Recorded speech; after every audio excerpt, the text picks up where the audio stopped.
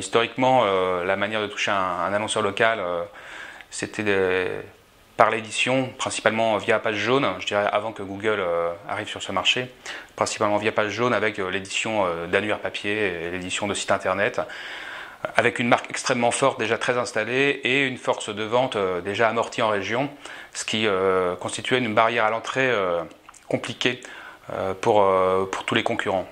Nous, assez rapidement, dès 2008, on a commencé à se poser des questions comment contourner cette problématique. On a racheté un nom de domaine fort de sens qui est annuaire.com. Une fois qu'on a une marque forte, il faut avoir une offre forte et simple à vendre, de manière à pouvoir la vendre via le web et éventuellement via une force de vente. Donc on a développé une offre simple, à forte valeur ajoutée, et qui génère à peu près 100 € minimum de marge pour pouvoir amortir, je dirais, un call center. Ça, c'est la première manière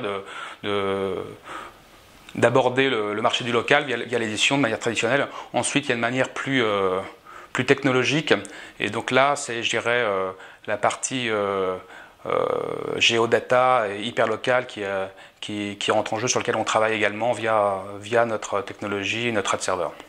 En fait, la régie publicitaire, qui est notre premier métier sur lequel on travaille pour les grands comptes, le local, on le fait déjà. On avait déjà des campagnes, par exemple pour IDTGV, qui nous demandaient, on veut cibler des internautes uniquement sur le Paris-Marseille.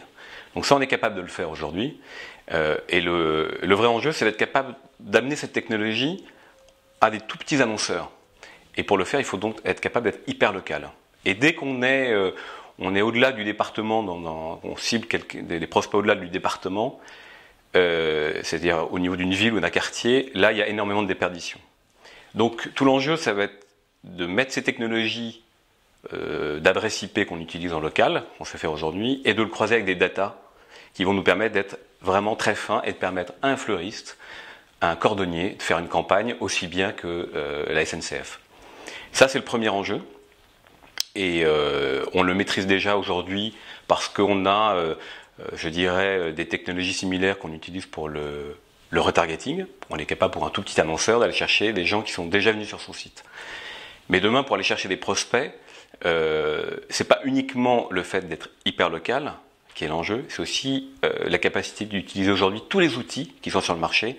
On entend parler de RTB, d'achat, de croisée de data, bref, tout un vocabulaire qui est impossible à comprendre pour un petit annonceur, mais nous, notre métier, c'est de faire comme une agence, de proposer à ces petits annonceurs tout simplement d'aller chercher leurs prospects, et nous de mettre tout ce qu'on sait faire et tout ce qu'on fait pour les grands annonceurs, de l'appliquer aux petits et de leur donner la possibilité, sans qu'ils s'en rendent compte, de leur donner accès à de la data hyper compliquée et chère, mais qu'on aura nous-mêmes amorti, à du ciblage très pointu, et tout ça, eux le feront simplement en achetant une campagne sur notre site avec une simple carte bleue, et seront payés, et l'efficacité de ce modèle sera un modèle au résultat. Donc l'enjeu, pour être plus clair, c'est l'hyperlocal, donner accès à des tout petits annonceurs de la data sans qu'ils aient à se compliquer la vie, et qu'ils achètent aujourd'hui une campagne sur Internet de manière aussi simple